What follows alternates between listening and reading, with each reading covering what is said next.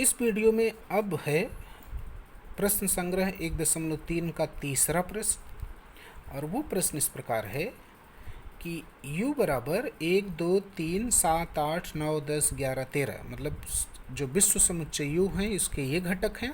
फिर एक समुच्चय p दिया गया है और जिसके घटक हैं 1 3 7 और 10। तो इसमें दो प्रश्न दिया है। सबसे पहले तो हमें u p और p डैश को वेन आकृति से दिखाना है। तो u और p तो दिया है, हमें क्या करना है, पहले p डैश निकालेंगे। जब तीनों समुच्चय सूची पद्धति में हमें मिल जाएगा तो उसको हम वेन आकृति में पिछले प्रश्न के जैसा बना के दिखाएंगे।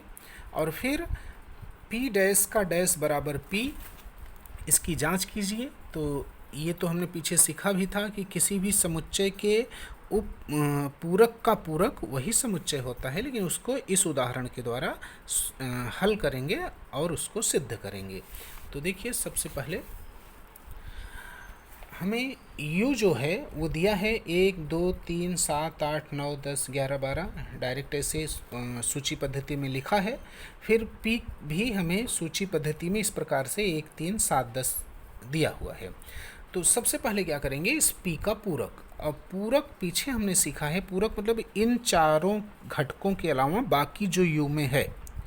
तो 1 3 7 10 के अलावा बाकी जो उसमें हैं तो वो क्या आएंगे, 2 8 9 11 और 12। तो p का पूरक क्या आ जाएगा, 2 8 9 11 12। अब इसको हम वेन आकृति में दिखाएंगे। तो सबसे पहले तो एक आयत की आकृति विश्व समुच्चय के लिए u के लिए। अब यहाँ देखिए, p का कोई भी घटक p डैश में नहीं है और p डैश का कोई भी घटक p में नहीं है। इसका मतलब है कि दोनों जो आकृतियाँ बनाएंगे उसको हम एक दूसरे से किसी भी तरह से कॉमन नहीं करेंगे, दूर दूर बनाएंगे। तो यहाँ देखिए, एक p बना दिया, एक p डैश। अब p के घटक क्या हैं, 1 3 7 10 हो गए, और p डैश के घटक 2 8 9 11 13, 2 8 9 11 13, और ये दोनों जो हैं विश्व समुच्चय u के अंदर आ गए। तो ये हमारा वेन आकृति हो गया। अब इसी में दूसरा जो प्रश्न दिया था कि हमें जांच करके बताना है कि p डैश का डैश बराबर p। तो देखिए, p डैश है 2 8 9 11 12।